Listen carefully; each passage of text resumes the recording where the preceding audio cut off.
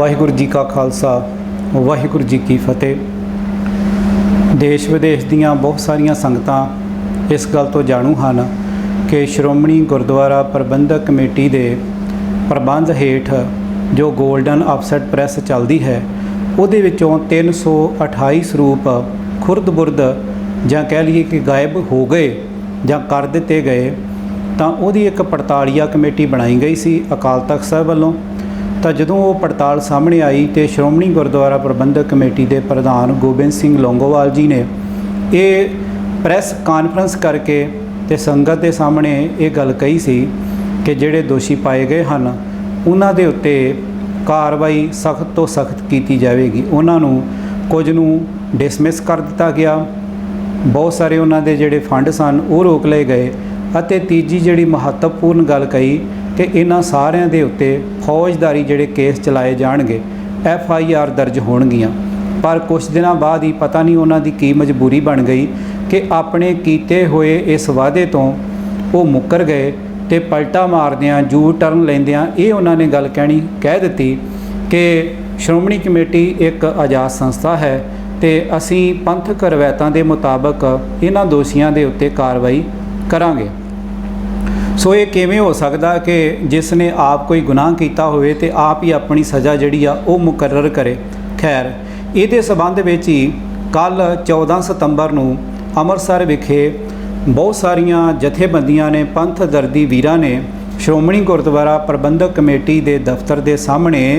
धरना दिता। वो इस वास्ते कि जिहड़े 328 स्वरूप गुरु ग्रंथ साहिब महाराज जी के खुरद बुरद किए गए हैं, लापता इन्हां वल्लों किए गए हैं, उन्हां दी शनाख्त की जाए कि वो कदों ते किस नूं दिते गए तो हुण किस हालत विच आ, ते जिहड़े इस सारे घपले दे विच दोषी पाए गए आ उन्हां दे उत्ते FIR दर्ज होवे। सो कल किसी पासे भी गल नहीं लगी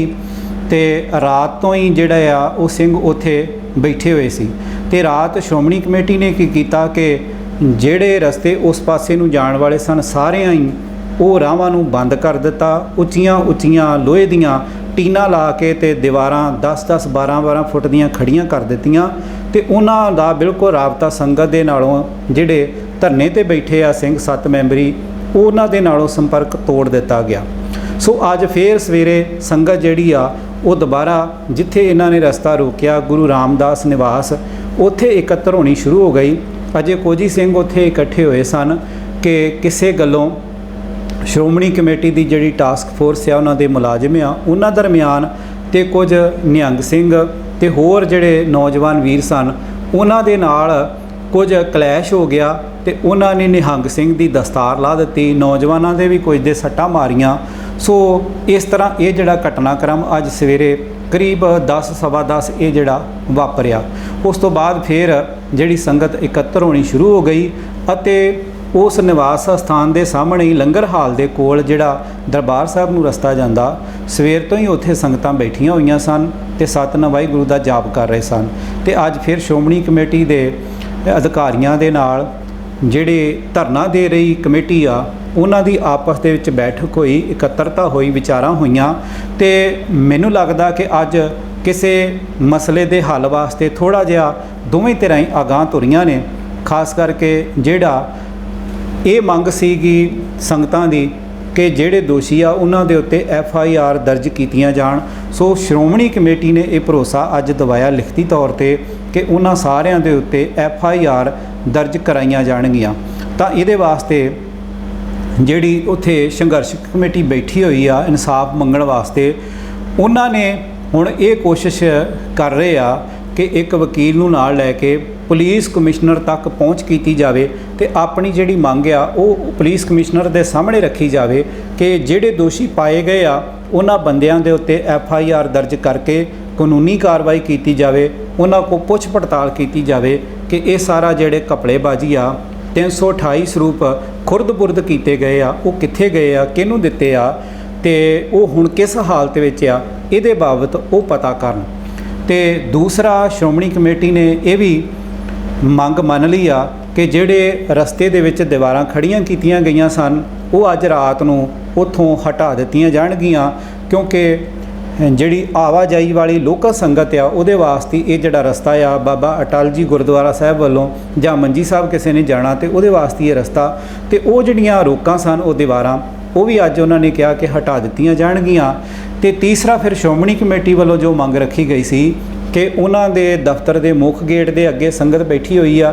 ਤੇ ਕਿਰਪਾ ਕਰਕੇ ਜੇ ਉਹਨਾਂ ਨੇ ਧਰਨਾ ਦੇਣਾ ਹੀ ਆ ਤਾਂ ਉਹ ਦਫ਼ਤਰ ਦੇ ਰਸਤੇ ਦੇ ਦੂਸਰੇ ਪਾਸੇ ਬੈਠ ਜਾਣ, 10 ਫੁੱਟ ਦੂਸਰੇ ਪਾਸੇ ਹੋ ਜਾਣ। ਇੱਕ ਤਾਂ ਉਸ ਪਾਸੇ ਬਰਾਂਡੇ ਬਣੇ ਆ ਤੇ ਉੱਥੇ ਸੰਗਤ ਜਿਹੜੀ ਆ ਜਿਹੜੇ ਧਰਨੇ 'ਤੇ ਬੈਠੇ ਹੋਏ ਵੀਰ ਆ ਉਹ ਛਾਵੇਂ ਬੈਠ ਸਕਦੇ ਆ। ਤੋ ਇਹ ਜਿਹੜੀਆਂ ਕੁਝ ਗੱਲਾਂ ਨੇ ਅੱਜ ਉਹ ਪੋਜੀਟਿਵ ਹੋਈਆਂ ਆ ਤੇ ਮੈਂ ਵੀ ਆਸ ਕਰਦਾ ਹਾਂ ਕਿ ਛੇਤੀ ਤੋਂ ਛੇਤੀ ਇਹ ਜਿਹੜਾ ਮਸਲਾ ਆ ਉਹ ਹੱਲ ਹੋ ਜਾਵੇਗਾ, ਕਿਉਂਕਿ ਉਸ ਪਾਸੇ ਇਹ ਜਿਹੜੇ ਦੋਵਾਂ ਧਿਰਾਂ ਨੇ ਕਦਮ ਪੁੱਟਣੇ ਸ਼ੁਰੂ ਕੀਤੇ ਆ। ਸੋ ਅੱਜ ਜਿਹੜੀ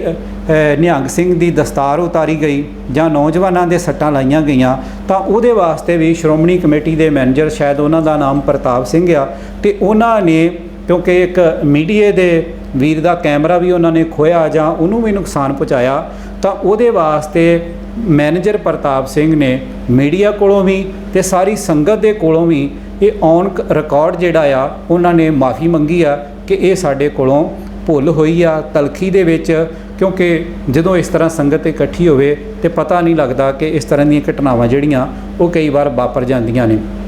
ਸੋ ਅੱਜ ਦਾ ਜਿਹੜਾ ਦਿਨ ਸੀ ਉਹ ਇਸ ਤਰ੍ਹਾਂ ਬੀਤਿਆ, ਪਰ ਜਿਹੜੀ ਉੱਥੇ ਕਮੇਟੀ ਬੈਠੀ ਹੋਈ ਆ ਇਨਸਾਫ ਮੰਗਣ ਵਾਸਤੇ ਉਹ ਅਜੇ ਉਸੇ ਤਰ੍ਹਾਂ ਹੀ ਧਰਨੇ ਦੇ ਉੱਤੇ ਲਗਾਤਾਰ ਬੈਠੇ ਰਹਿਣਗੇ। ਕੱਲ੍ਹ ਵੀ ਧਰਨਾ ਜਾਰੀ ਰਹੇਗਾ। ਉਹਨਾਂ ਵੱਲੋਂ ਇਹੋ ਹੀ ਕਿਹਾ ਗਿਆ ਕਿ ਜਿੰਨੀ ਦੇਰ ਤੱਕ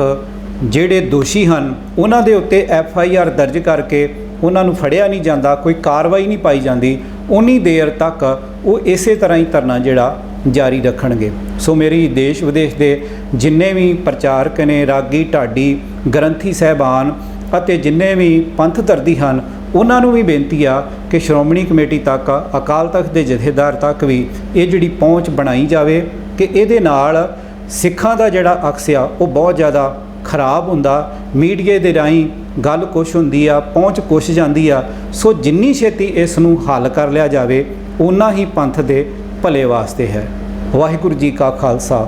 ਵਾਹਿਗੁਰੂ ਜੀ ਕੀ ਫਤਿਹ।